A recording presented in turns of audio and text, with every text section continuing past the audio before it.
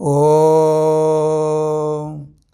नमः श्री यतिराजाय विवेकानंदसूरये सच्चित् सुखस्वरूपाय स्वामिने तापहारिणे स्वामिने तापहारिणे। प्रिय मित्रांनो, नमस्कार। विवेकानंद विचारसागर या मालिकेमध्ये आपलं सगळ्यांचं स्वागत आहे। आपण स्वामीजींचा एक विचार घेऊन त्यावर चिंतन करत असतो आणि आजचा विचार आहे, आता तो आपण वाचणार आहोत। यावेळी फसू नका। शीर्षक आहे यावेळी फसू नका, हे आजचं आपलं शीर्षक आहे। तर आपण वाचूया। ह्यावेळी मात्र आपण पकडले जाता कामा नये। मायेने आपल्याला अनेकदा आपल्या जाळ्यात पकडले। अनेकदा साखरी बाहुल्यांच्या मोबदल्यात आपण आपले स्वातंत्र्य देऊन टाकले आणि त्या बाहुल्यांना पाणी लागताच त्या विरघळून गेल्या। फसू नका। माया अतिशय फसवी आहे। निष्ठा तुम्हास पकडण्याची संधी ह्या खेपेस तुम्ही तिला देऊ नका। तुम्ही आपला बहुमोल वारसा असल्या मायामोहांसाठी विकून टाकू नका। उठा, जागे व्हा व ध्येय हस्तगत होईपर्यंत थांबू नका।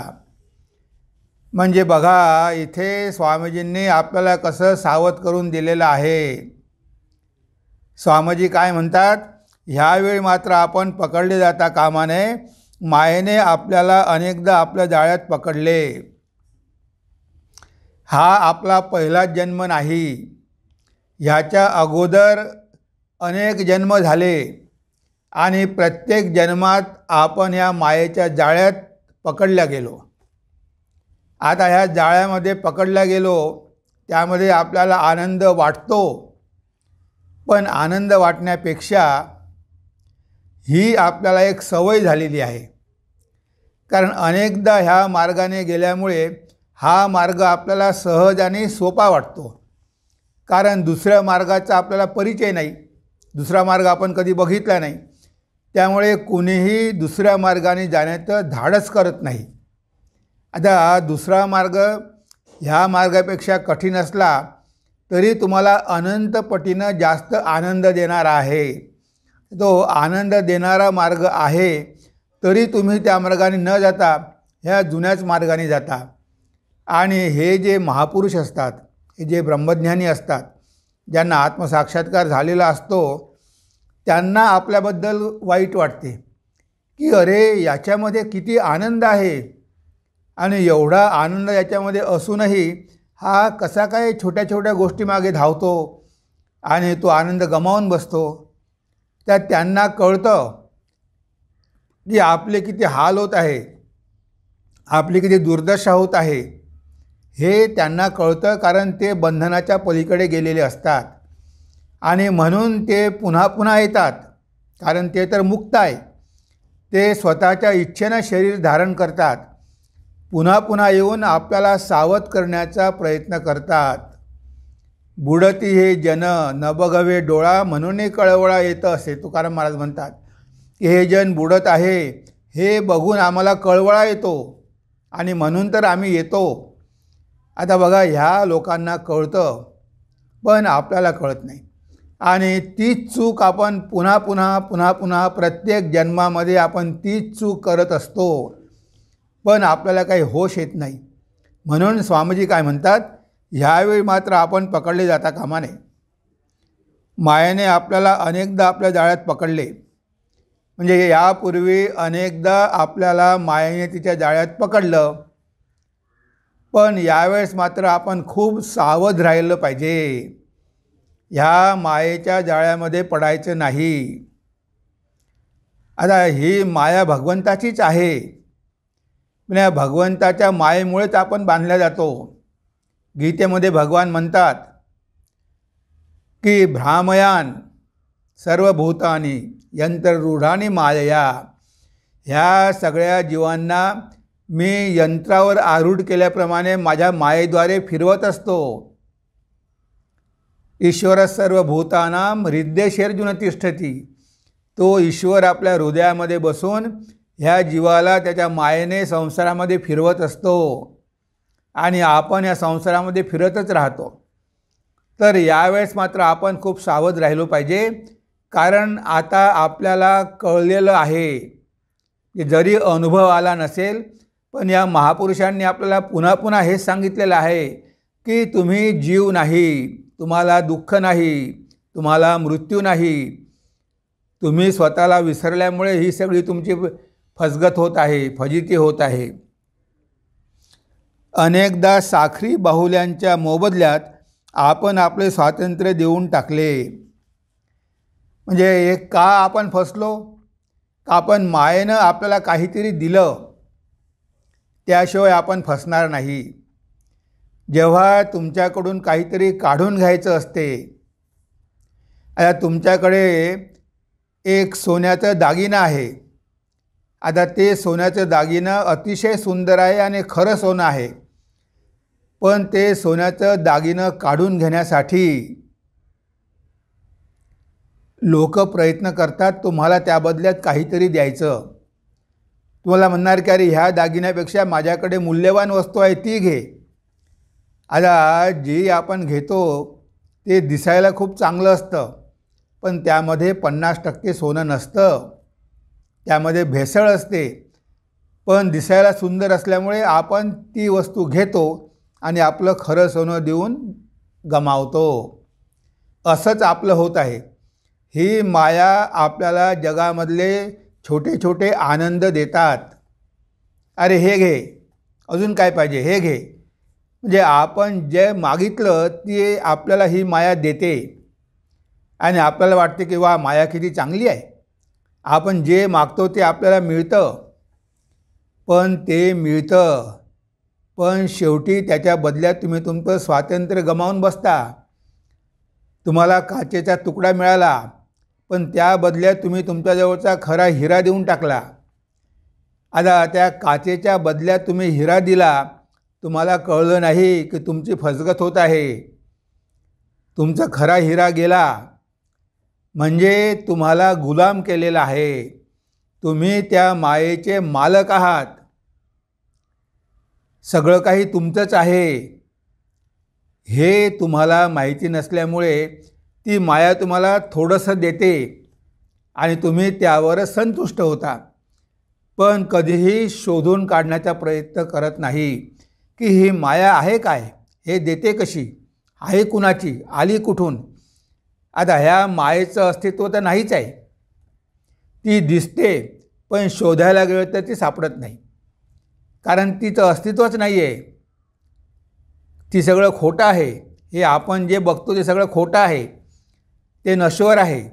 स्वामीजी म्हणतात की बाहुल्यासारखं आहे.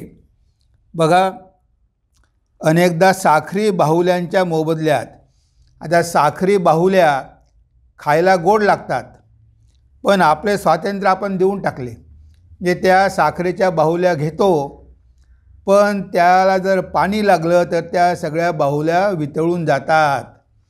म्हणजे त्या बाहुल्यांचं काहीही मूल्य नाही. तुम्ही गोड लागेल म्हणून त्या बाहुल्या घेतल्या, पण तुमच्या हातून जर पाण्यात पडल्या तर त्या सगळ्याच्या सगळ्या पाण्यात वितळून जातात. आणि त्या अशा बाहुल्यांच्या बदल्यात तुम्ही स्वतःचं स्वातंत्र्य गमावता, त्या मायेचे गुलाम होता. आणि माया नवीन नवीन खेळणी आपल्याला देत असते, नवीन नवीन शोध लावते, विज्ञानाद्वारे नवीन नवीन शोध लावते, तुमच्या सुखसुविधा वाढवते आणि तुम्हाला ऐशी आराम देते, ऐश्वर्य देते आणि तुम्ही त्यामध्ये खुश होता. पण हे सगळं तुमचंच तुम्हाला देत आहे. तुम्ही विश्वब्रह्मांडाचे मालक आहात, तुम्ही आत्मस्वरूप आहात. ही माया तुमची नौकर आहे, ही तुमची दासी आहे, पण तुम्ही ते विसरलेलं आहे. त्या मायेमध्ये सुद्धा दोन प्रकार आहे. एक आहे अविद्या माया, दुसरी आहे विद्या माया. भगवान श्री रामकृष्ण म्हणाचे की अविद्या माया मनुष्याला बांधते, पण विद्या माया त्या मनुष्याला मुक्त करते. अविद्या मायेमुळे मनुष्य ह्या संसारावर आसक्त होतो, इंद्रियांच्या विषयांवर आसक्त होतो. कशामुळे? अविद्या मायेमुळे. कारण त्यामध्ये त्याला रस वाटतो, त्याला आनंद वाटतो, या छोट्या छोट्या गोष्टीमध्येच त्याला मौज वाटते. पण जो साधक असतो तो अविद्या मायेचा आश्रय घेत नाही, तो विद्या मायेचा आश्रय घेतो. ह्या छोट्या छोट्या गोष्टी तो स्वीकारत नाही आणि या मायेचा जो मायाधीश आहे त्याला प्राप्त करून घेण्याचा प्रयत्न करतो. त्याच्यामध्ये विवेक असतो, वैराग्य असते, भक्ती असते. तो साधन, भजन, ध्यान, प्रार्थना करतो आणि ह्या मायेचा जो मालक आहे, मायाधीश जो परमेश्वर आहे, त्याला जाणून घेण्याचा प्रयत्न करतो. आणि एकदा त्या परमेश्वराला जाणून घेतलं की तुम्ही भगवंताच्या मायेतून मुक्त होता. गीतेमध्ये भगवंताने म्हटलं आहे, दैवी हेषा गुणमयी मम माया दुरत्यया. ही माझी माया आहे, ही दैवी आहे, पण तिला पार करणं फार अवघड आहे. तुमच्यामध्ये तेवढं सामर्थ्य नाही की माया पार करून जाऊ शकाल. तुम्हाला ते कशा ना कशामध्ये अडकवून ठेवेलच ठेवेल. पण मामवे प्रपद्यन्ते माया मेतास तरंती ते. पण जे मला शरणागत होतात ते ही माया सहज पार करून जातात. त्याला म्हटलं आहे विद्यामाया. तर विद्यामायेमध्ये आपण भगवंताची भक्ती करतो. ह्या मायेने दिलेल्या गोष्टीमध्ये आपण रमत नाही. ह्या जगाविषयी आपल्या मनामध्ये वैराग्य निर्माण होते. आपण छोट्या छोट्या गोष्टीमध्ये भुलत नाही. आपल्याला कळून चुकलेलं असतं की बरेचदा आपली फसवणूक झालेली आहे. आपल्याकडून सगळं तेल काढून घेतलं आणि आपल्याला फेकून दिलं. जसं घाण्याचा बैल असतो ना, त्या घाण्याच्या बैलासमोर गवत बांधलेलं असते. तो गवत खाण्याच्या इच्छेनं गरगर गरगर गरगर फिरतो, पण त्याला ते गवत काही खायला मिळत नाही आणि इकडे मात्र घाण्यातून तेल निघत राहते.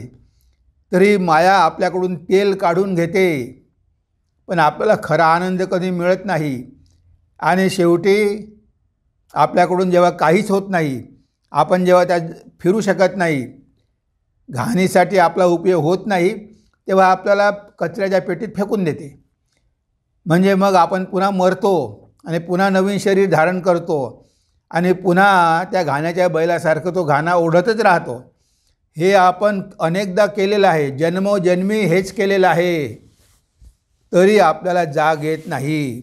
म्हणून स्वामीजी आपल्याला सावध करतात. स्वामीजी म्हणतात, फसू नका, माया अतिशय फसवी आहे. निष्ठा तुम्हास पकडण्याची संधी ह्या खेपेस तुम्ही तिला देऊ नका. म्हणजे बघा, यावेळेस तुम्ही तिला संधी देऊ नका. तुम्हाला मनुष्यजन्म मिळालेला आहे, हे तुमचं सौभाग्य आहे. ह्या मनुष्यजन्मामध्येच तुम्ही मुक्तीसाठी प्रयत्न करू शकता. बाकी इतक्या सगळ्या योन्या आहेत, इतक्या सगळ्या स्पेसी आहेत, जीवजंतू आहे, त्यांना याबद्दल जाणीव नाही, त्यांच्यामध्ये विवेकही नाही, त्यांना जन्ममृत्यूही कळत नाही. पण भगवंताने आपल्याला विवेक दिलेला आहे, बुद्धी दिलेली आहे, विचारशक्ती दिलेली आहे. तेव्हा हे आपल्यासाठी आहे. हे सगळे शास्त्र कुणासाठी आहे? आपल्यासाठी. हे आपल्याला सांगतात की तुम्ही आता एकदम लास्ट स्टेजला आलेले आहे. मनुष्यजन्मामध्ये शेवटली पायरी आहे. इथूनच तुम्ही मुक्त होऊ शकता, सगळ्या बंधनाच्या पलीकडे जाऊ शकता. पण जर ही संधी गमावली तर पुन्हा तुम्हाला 84 लक्ष योन्यामध्ये फिरावं लागेल. पुन्हा ही संधी कधी मिळेल याचा काही भरोसा आहे का? आता यावेळेस ही संधी तुम्हाला मिळालेली आहे आणि ही मिळालेली सुवर्ण संधीसुद्धा तुम्ही गमावून बसाल आणि तुम्ही मायेच्या हाताने फसवाल. म्हणजे आता तरी या जन्मात तरी मायेच्या हाताने फसू नका, मायेच्या जाळ्यात पडू नका. आतापर्यंत तुम्ही चूक केली आहे, पण ह्या चुकांमधून काहीतरी शिका. हे लोक काही खोटं सांगत नाही. जरी आपल्याला अज्ञानामुळे कळत नाही आपण कोण आहोत, तरी हे सगळे आपल्याला सांगतात की आपली तुलना या जगातल्या कशाचीच होऊ शकत नाही. आपण मालक आहोत, आपण शक्तिस्वरूप आहोत, आपण आनंद स्वरूप आहोत. आता एवढं मोठं आपलं ऐश्वर आहे, पण बघा ह्या मायेनं सगळं ऐश्वर काढून घेतलं आणि आपल्याला गुलाम करून टाकलं. आता आपण मायेचे मालक आता गुलाम झालो. ही अशी आपली दुर्दशा झालेली आहे. म्हणून स्वामीजी म्हणतात की तुम्हास पकडण्याची संधी ह्या खेपेस तुम्ही तिला देऊ नका. तुम्ही आपल्या बहुमोल वारसा असल्या मायामोहांसाठी विकून टाकू नका. तुम्ही आपला बहुमोल वारसा असल्या मायामोहांसाठी विकून टाकू नका. म्हणजे बहुमोल वारसा स्वामीजींनी म्हटलं आहे. इथे बहुमोल वारसा म्हणजे काय आहे? आपण ईश्वराचे पुत्र आहो, आपण अमृताचे अधिकारी आहो. ईश्वराच्या संपत्तीमध्ये आपला वारसा आहे. हा बहुमोल वारसा आहे, कारण आपण ईश्वराचे संतान. ईश्वराचे संतान म्हणजे ईश्वराच्या प्रॉपर्टीचा, ईश्वराच्या संपत्तीचा आपण वारसदार आहोत. आता हा बहुमोल वारसा आपल्याला मिळालेला आहे. आता स्वामीजी सावध करतात, आपण ऋषीमुनींची वंशज आहोत, त्यांचा वारसा आपल्याजवळ आहे. तर त्यांचा वारसा पुढे घेऊन जायचा आहे, त्यांच्या पावलावर पावलं टाकून पुढे जायचं आहे आणि आपल्याला ह्या बंधनातून मुक्त व्हायचं आहे. खरं म्हणजे ते महत्त्वाचं आहे. ही सगळी बंधनं तोडून टाकायची आहे आणि जीवन मुक्त व्हायचं आहे आणि त्या मुक्तीचा आनंद अनुभवायचा आहे. हा वारसा ऋषींनी, महापुरुषांनी आपल्याला दिलेला आहे. त्यांनी ती अनुभूती घेतली आणि आपल्याला सांगितलं की आपला तो अधिकार आहे. स्वातंत्र्य हा आपला जन्मसिद्ध हक्क आहे. मुक्ती प्राप्त करून घेणं हा आपला जन्मसिद्ध हक्क आहे आणि फक्त मनुष्यच तो प्राप्त करून घेऊ शकतो. म्हणून एवढा मोठा वारसा आपल्याला मिळालेला आहे. ऋषीमुनींचा, साधुसंतांचा, महापुरुषांचा, भगवंताचा, अवतारांचा, ह्या सगळ्यांचा वारसा आपल्या पाठीशी आहे. पण त्याकडे लक्ष न देता ह्या मायेच्या मागे धावणं आणि पुन्हा बंधनात पडणं आणि पुन्हा चक्रा काटणं हा काही आपला वारसा नाही आहे. इथे आपण फसवल्या जातो, आपली फसवणूक होते. आपल्याला राजाच्या पदावरून उठून खाली यावं लागतं, कठड्यामध्ये यावं लागतं. म्हणजे बघा, एवढा मोठा वारसा आपल्या पाठीशी आहे. आपण भगवंताची संतान, भगवंताचा वारसा आपल्या पाठीशी आहे आणि एवढं मोठं आपलं सगळं ऐश्वर असताना ह्या क्षुल्लक मायेच्या गोष्टीसाठी की ज्या 2 दिवसाच्या आहे, ज्या नश्वर आहे, ह्या मी आणि माझ्यामुळे ह्या निर्माण झालेल्या आहे आणि एक दिवस मृत्यू अटळ आहे. जन्माला आलं की जन्म, मृत्यू, जरा, व्याधी हे आहेच, हे राहणारच आहे.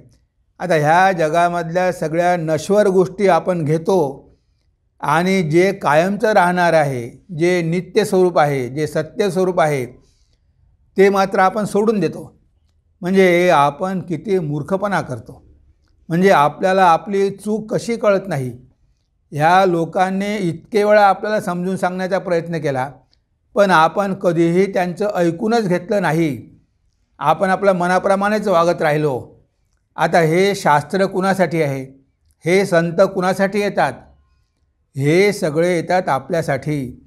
आता आपल्यासाठी हे सगळे येतात, आपल्याला पुन्हा पुन्हा सांगतात की तुमचा वारसा तुम्ही विसरू नका, तुमचा वारसा लक्षात ठेवा, ह्या मायेच्या जाळ्यात फसू नका, ह्या जगाच्या मोहात पडू नका, इथे आपलं कोणीही नाही, हे सगळं 2 दिवसाचं आहे. म्हणून मी आणि माझं हे शरीरही तुमचं नाही आणि शरीराशी जे काही संबंधित आहे ते पण तुमचं नाही आहे. तुम्ही नित्य शुद्ध बुद्धमुक्त स्वभाव आत्मा आहात. त्या आत्म्याचा कुणाशीही संबंध नाही. आता हे सांगण्यासाठी सगळे शास्त्र, सगळे महापुरुष पुन्हा पुन्हा या पृथ्वीवर येतात, तरी आपले डोळे काही उघडत नाही. आपण आहोत तसंच राहतो आणि तीच चूक पुन्हा पुन्हा करत जातो. म्हणजे काय आहे?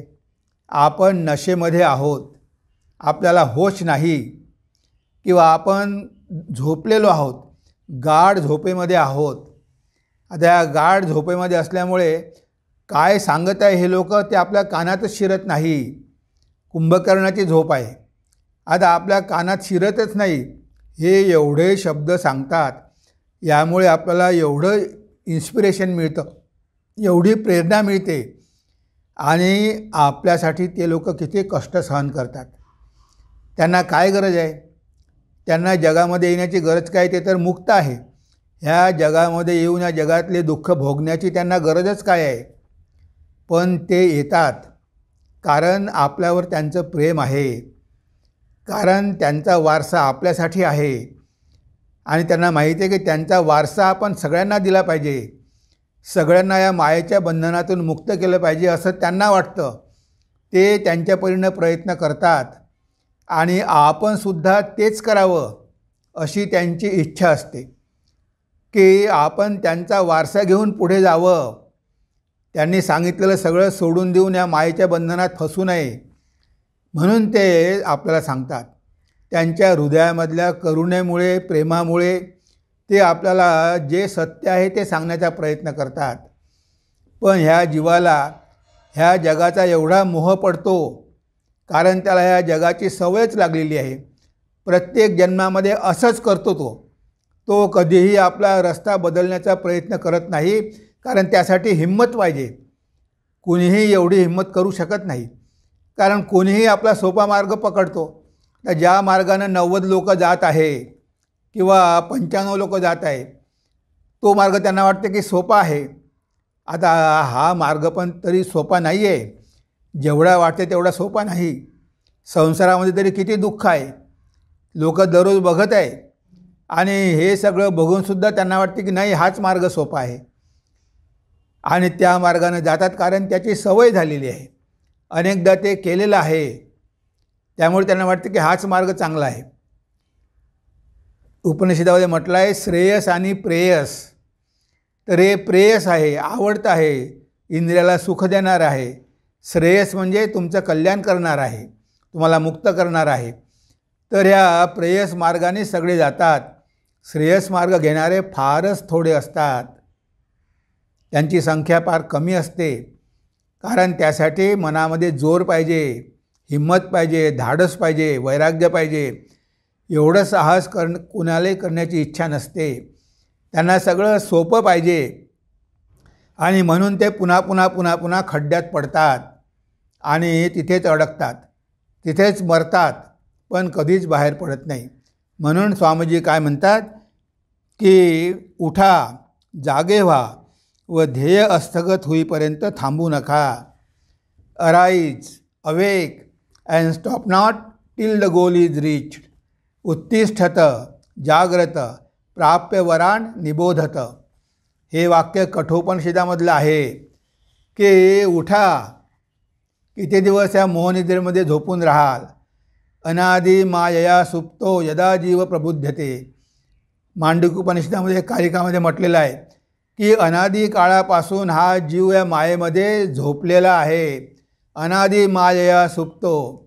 पण जेव्हा तो या निद्रेमधून जागा होतो तेव्हा त्याला आश्चर्य वाटते की अरे मी कसा काय झोपलो होतो, केवढं हे माझं ऐश्वर आणि एवढं सगळं मी सोडून दिलं होतं आणि या तुकड्यामागे लागलो होतो. म्हणजे जेव्हा त्याला कळते तेव्हा त्याला आश्चर्य वाटतं की हे झालंच कसं, मी एवढी घोडचूक केलीच कशी. म्हणून स्वामीजी म्हणतात की उठा, जागे व्हा आणि प्रयत्न करा, प्रयत्न करत राहा. कितीही अडचणी आल्या, कितीही अडथळे आले, एका जन्मामध्ये होणार नाही तरी हरकत नाही, सतत करत राहा आणि एक दिवस तुम्हाला यश मिळाल्याशिवाय राहणार नाही. पण तुम्ही थांबू नका, मुक्त होईपर्यंत थांबू नका. मुक्तीसाठी जन्मोजन्मी प्रयत्न करत राहा. तुम्ही या जन्मात केलेलं काहीही वाया जाणार नाही. तुम्ही या जन्मात जेवढे काही प्रयत्न केले ते सगळे तुमच्यासोबत जाणार आणि पुढे तुमचा प्रवास तिथून पुढे सुरू होईल. पण भौतिक गोष्टी तुम्ही ज्या कमावलेल्या आहेत त्या सगळ्या तुम्हाला इथेच सोडून जाव्या लागतील, त्यामधलं काहीही तुमच्यासोबत जाणार नाही.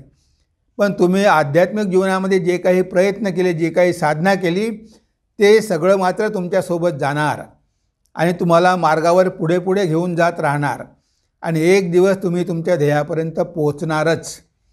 म्हणून स्वामीजी म्हणतात की मध्ये कुठे थांबू नका. कितीही अडथळे आले, कितीही अडचणी आल्या तरी तुम्ही तुमच्या मार्गावर पुढे पुढे जात राहा. कारण ह्या मार्गावर प्रलोभनं खूप आहे, टेम्पटेशन खूप आहे. लोक तुम्हाला फसवण्याचा प्रयत्न करतील, ही माया तुम्हाला अडवण्याचा प्रयत्न करतील. माया तुमच्या रस्त्यामध्ये तुम्हाला मोहित करेल, काही आकर्षणं दाखवेल, प्रलोभनं दाखवतील. पण सगळ्यांचा नकार करा. नाही, मला हे काहीही नको, मला ईश्वरच पाहिजे, मी ह्या सगळ्या गोष्टींनी भुलणारा नाही. आतापर्यंत तू मला भुलवलं, पण यावेळेस मात्र मी तुला पकडू देणार नाही. यावेळेस मी माझ्या जीवनाचे ध्येय प्राप्त करून घेईलच, असा दृढनिश्चय ज्या व्यक्तीच्या मनामध्ये आहे तीच ह्या मायेच्या बंधनामधून सुटका करून घेऊ शकते. म्हणून स्वामीजींनी आपल्याला इथे सावध करून दिलेलं आहे. ह्यावेळी मात्र आपण पकडले जाता कामा नये. मायेने आपल्याला अनेकदा आपल्या जाळ्यात पकडले. अनेकदा साखरी बाहुल्यांच्या मोबदल्यात आपण आपले स्वातंत्र्य देऊन टाकले आणि त्या बाहुल्यांना पाणी लागताच त्या विरघळून गेल्या. फसू नका, माया अतिशय फसवी आहे. निष्ठा, तुम्हास पकडण्याची संधी ह्यावेळेस तुम्ही तिला देऊ नका. तुम्ही आपला बहुमोल वारसा असल्या मायामोहांसाठी विकून टाकू नका. उठा, जागे व्हा व ध्येय हस्तगत होईपर्यंत थांबू नका. बघा, स्वामीजींचा किती पॉवरफुल संदेश आहे. थोडं तरी आपण घेतलं पाहिजे आणि आचरणामध्ये आणलं पाहिजे. नाहीतर उपयोग काय? खूप वाचलं, खूप ऐकलं, पण आचरणामध्ये जर काहीच आणलं नाही तर ह्या सगळ्याच्या जीवनामध्ये काहीही उपयोग होणार नाही आणि आपण जिथे आहोत तिथेच राहू आणि ही माया पुन्हा आपल्याला बंधनात टाकण्याचा प्रयत्न करेल. तेव्हा आज आपण आपल्या चिंतनाला इथेच विराम देऊया. नमस्कार, धन्यवाद.